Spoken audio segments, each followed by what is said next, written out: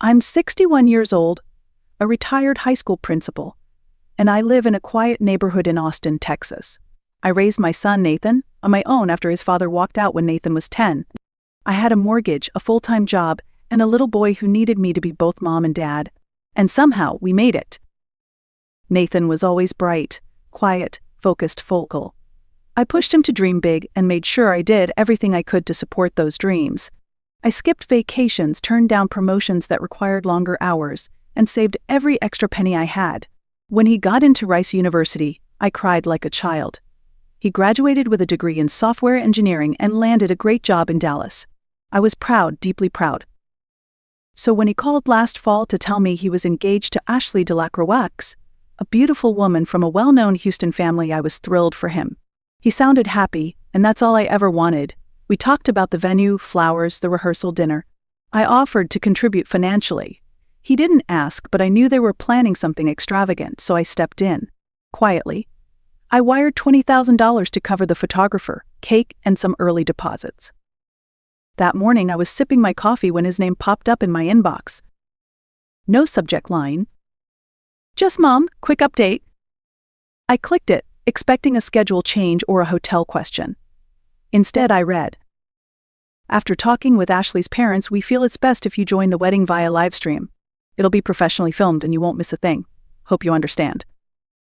No, I'm sorry. No, I love you. No call. Just a link to a digital event. I sat very still. The coffee went cold. My hands didn't shake. I didn't cry. I just read it again and again. And then I whispered to myself, okay, I know what to do. Because this wasn't just about a wedding. This was about being erased politely, digitally, and without remorse. And if I was no longer welcome in the room, then I would no longer pay for the lights to stay on. There's something strange about reaching your 60s and realizing you're still being edited out of your own life. I wasn't perfect. I was firm, structured, and maybe a little too straightforward for some people's taste. I never sugar-coated things, never played the Southern charm card even though I lived in Texas all my life. But I loved my son with every fiber of my being, and I showed it not through words, but through action. When Nathan was in middle school, I taught summer classes just to afford his braces. When he wanted to attend a robotics camp in Colorado, I sold my grandmother's silver to cover the airfare. Every big step he took, I was there behind the curtain making sure the stage was steady. And I never asked for anything in return. I knew Ashley came from a different world. Her family name was on buildings. Her mother wore heels to brunch. Her father once told me at a fundraiser that he respected educators in the same tone you'd use to thank someone for taking out the trash. Still, I smiled. I nodded. I stayed in my lane. But the email made one thing clear: my presence, my voice, my very being didn't fit their image. I wasn't elegant enough. I wasn't silent enough. I wasn't what they wanted the mother of the groom to be. They didn't say it outright. They didn't have to. When a person invites your money but disinvites your body, they're not saying you don't belong, they're saying you're useful, but not presentable. That kind of rejection doesn't yell, it whispers in perfectly curated sentences and signed checks. I wasn't upset about missing a ceremony. I was devastated because my son, the boy I carried through every storm, decided I was a liability. That stung more than I had words for. But instead of unraveling, I did what I've always done. I adjusted. Because if I was too much for their wedding, then I'd make sure I wasn't too much for their bank account either.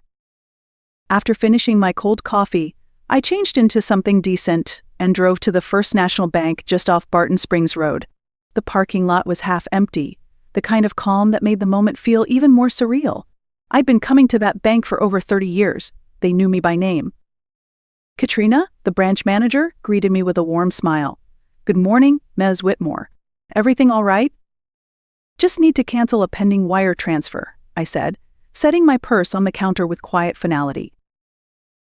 She blinked, gently pulling up my account. "The one scheduled for next week.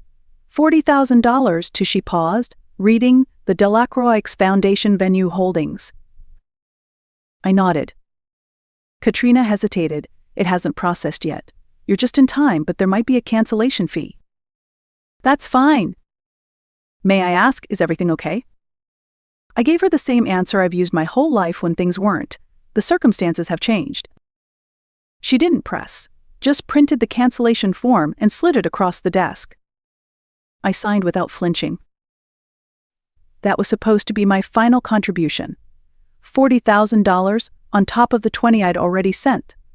$60,000 total for a wedding I wasn't even allowed to attend. Not anymore. As I walked out of the bank, the air felt different, lighter, sharper, not like anger, more like clarity. I wasn't sabotaging anything. I wasn't retaliating. I was simply withdrawing from a contract that had been rewritten without my consent. That afternoon, I turned off my phone. No explanations, no guilt. In the quiet of my kitchen, I opened a bottle of Merlot I'd been saving for the rehearsal dinner. I poured a glass, took it out to the back porch, and let the Texas sun settle on my shoulders like a blanket I didn't know I needed. I watched the wind move through the trees, listened to the birds, let the silence stretch out wide and full. For the first time in a long time, I wasn't thinking about what Nathan needed or what I should do next. I was thinking about me. Because sometimes strength isn't about showing up. It's about knowing when to sit down, cross your arms, and say -- enough.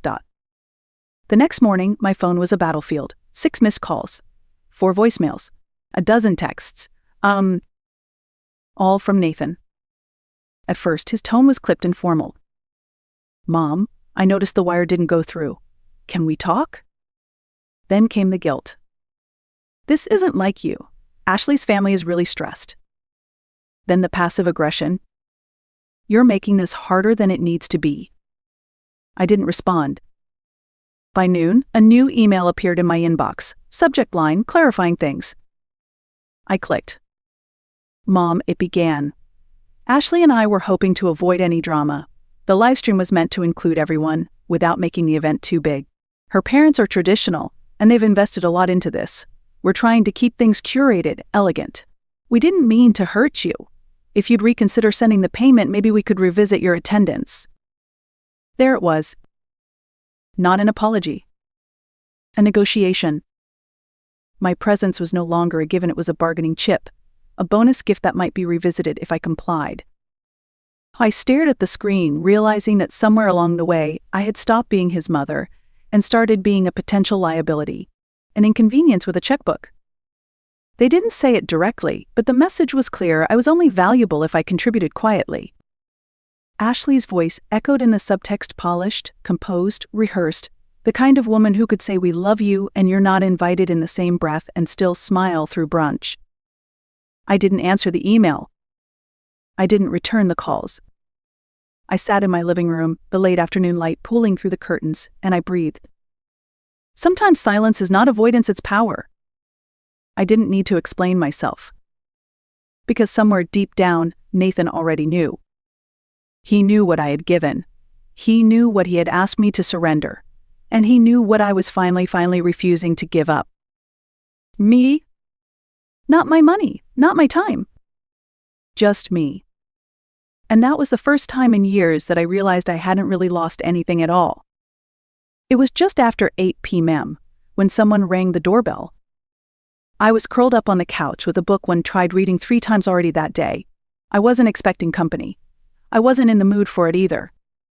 When I opened the door, I saw a familiar face I hadn't seen in years. "James?" He looked older, of course taller now, with a slight beard and tired eyes, but I'd know him anywhere. James had been Nathan's best friend since 2nd grade. He practically lived at our house back in high school. I used to call him my second son. He shifted nervously on the porch, hands in his coat pockets. "I'm sorry to drop by unannounced." I opened the screen door. "Come in, James." He stepped inside, glancing around like he was stepping back in time. Same couch, he smiled faintly. "Still comfortable?" I said. "Tea or something stronger?" "Tea's good." We sat in the kitchen, a quiet steam rising from our mugs. For a moment, we just sipped. Then he cleared his throat. "Nathan doesn't know I'm here," he said. He's spiraling." I said nothing. He told me what happened, about the email, the money, the wedding. Still nothing. "He knows he messed up," James added. "He just doesn't know how to fix it." I looked at him, steady. Does he want to fix it, or does he just want the money back? James didn't answer right away. Both, he admitted.